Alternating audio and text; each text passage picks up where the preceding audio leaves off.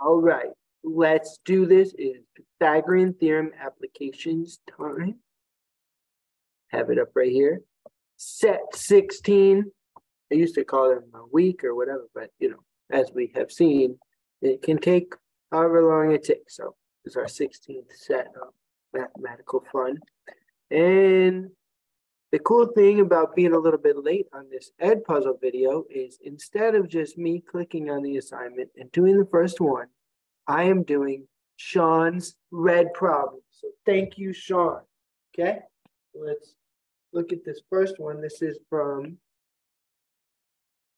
use area of squares to visualize the Pythagorean theorem. So so we know that the Pythagorean theorem,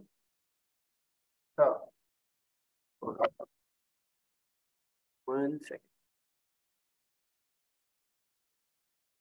All right, let's try that again. We know the Pythagorean theorem is a squared plus b squared equals c squared. But you can think of that as actual squares.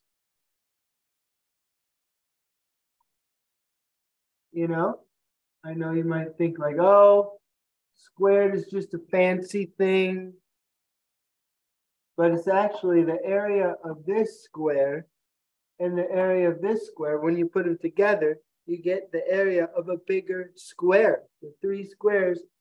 Or you could take squares from your house and put them together like this so that you get a triangle in the middle. And the Pythagorean theorem will be true if you have a right angle. If you have a right triangle, then a squared plus b squared is going to equal c squared. So in this one, it says based on the areas of squares, determine the measurements of the size. Okay, so then we're just going to substitute in. We're going to use that here. We're going to put 58 in for a squared. And we're going to put 10 in for b squared. And we're going to put 64 in for c squared. And because that's what it says that they are. Now, when I add 58 plus 10, I get 68. 64. So I don't know, is this question, does it form a right triangle? Because in this case, 10 plus 58 is 68, and that's not equal to 64. So we would say this is not a right triangle. All right. So the nuts and bolts to understand is that this number 58 can be substituted in for a squared. And I didn't put a little square there, right? Because it's already squared. And then the 10 for b squared and so on. And if these two numbers were the same, it would have been a right triangle. But in fact, whenever now I want you to write this down, it's the Pythagorean theorem inequality. If a squared plus b squared is greater than c squared, that's one type of triangle. And if a squared plus b squared is less than c squared, that's another triangle. And then if a squared plus b squared equals c squared, that is a right triangle. So I would like you to figure out what kind of a triangle is it when a squared plus b squared is greater and when a squared plus b squared is less than. All right, so try to figure it out by getting squares from your house or something. Don't Google it and just spoil it, because I could just tell you the answer right now, but you're going to learn more if you think about it conceptually. So just picture that the sides a plus b, when you add them together and square them, it's bigger than c. So what would that look like? You can even make up some numbers and try it out, and we'll talk about it in class. So this is the question that I want you to ponder, and I'm going to be looking for in your Edpuzzle. But now let's move on. finding the perimeter of something using the Pythagorean theorem. How do we do that? Okay, so we need a right triangle. So we know that a squared plus b squared equals c squared, right? Okay, but this is in a right triangle, which I already said. We don't have a right triangle here. So what are we going to do? We are going to get one. We need one. So I'm just going to draw a line down the middle. And now I have not one, but two right triangles. And I can find the perimeter, which is the length of all the sides added together. So on the bottom here, I'm just going to count the spaces. 1, 2, 3, 4, 5. That's 5. 1, 2, 3, 4, 5. Okay, so we have 5 on the bottom. If I draw this one out, how about going up? 1, 2, 3, 4, 5, 6, 7, 8, 9, 10, 11, 12. All right, 12. And then this is our C, right? Because it's across from the right angle. So now we're just going to use the Pythagorean theorem. And I know what it is because I'm going to tell you a little secret here that Khan Academy doesn't want you to know. Stay tuned. I already know that's 169 because when you square root both sides, it's going to be 13. I didn't even have to do any math. And the other side's 13 as well. Divided in total is 10. So 10 plus 13 plus 13 is 36, right? So that's the answer. Now, how did I do this? There's another thing I'd like you to look up called Pythagorean triples. And this one you can search. Search and find, but don't search the first. Search and find, unless you don't want to learn, Search and find 10 Pythagorean triples and write them down in your. All right. I think this is a big improvement on Edpuzzle videos, not just giving away all the answers, but making you do a little bit more work. And if you find the Pythagorean triples, one of which is what we just saw, 5, 12, 13, then there's more. That's a Pythag triple. All right, that's the first one, 5, 12, 13. So what is the area of the triangle? Okay. So now it's time for our second formula of the video. 1/2 base times height. That's the area formula for a triangle. And let's just define the height of the triangle is a perpendicular line from the vertex to the base. That's the height. It can be in the triangle. It can be part of the triangle if it's a right triangle, and it can even be outside the triangle. All right, so that's the height.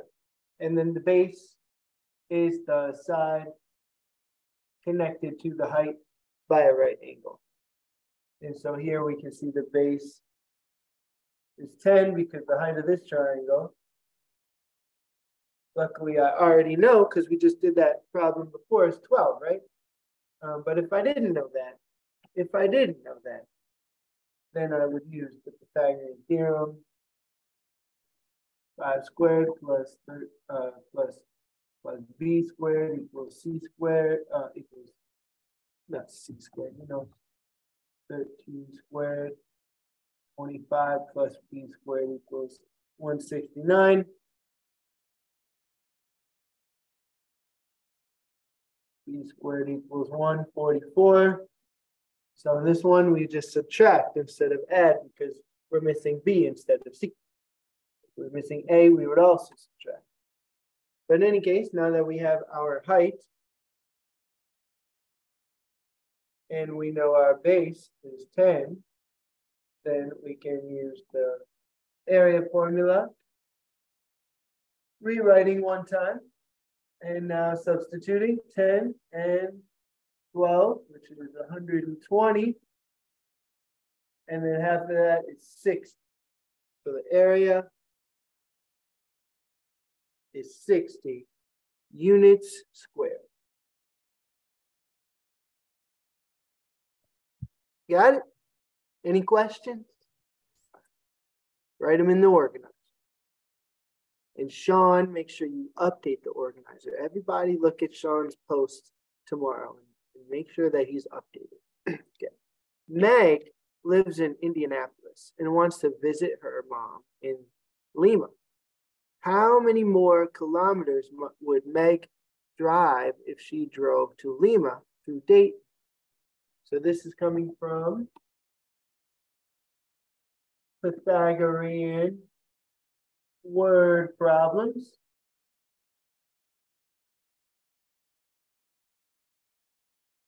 All right. Label our sides because we see it's a right triangle, right? So if ever you see a right triangle, label the sides A, B, and C. Why not? And then we're missing B. Okay, so then A squared plus B squared equals C squared. 165 plus X squared equals 173 squared. Oh man, I can't square these large numbers. All right. I mean, I can, but okay, so then let's square them. So we're just gonna go 165 second, and it is, what is it? Again. 27225. Thank you.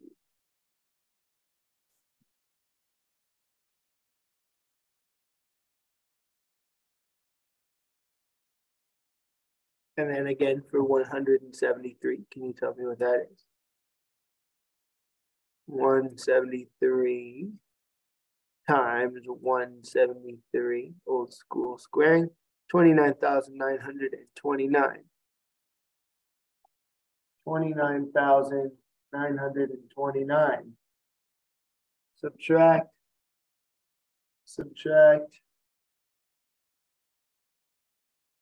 Or I might as well just subtract 27,225 minus 27,225. Right? 2704, and I might as well take the square root of that. 2704. 52. I don't like that. Okay. So, in any case, it's 52. Okay.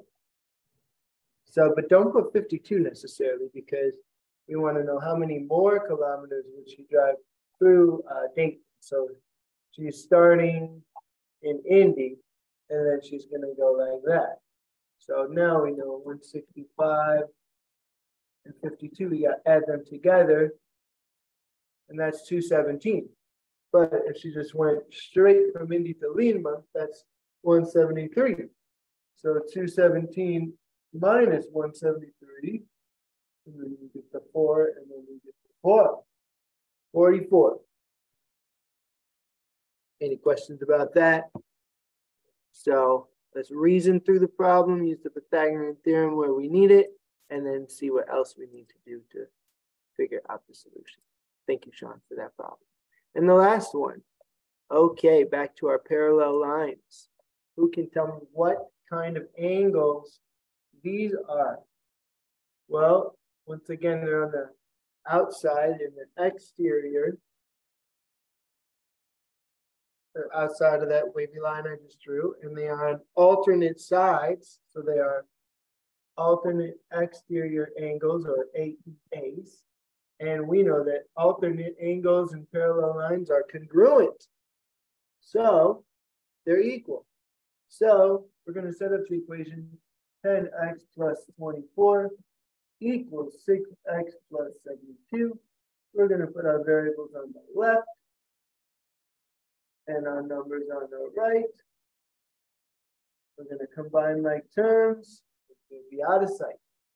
62, 52, 48. Divide by 4, divide by 4, x equals 12.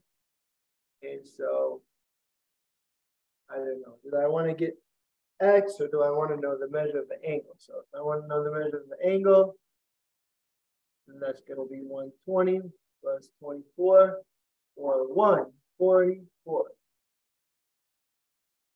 All right. So thank you for joining me for this week's Ed Puzzle, and I'll see you in class.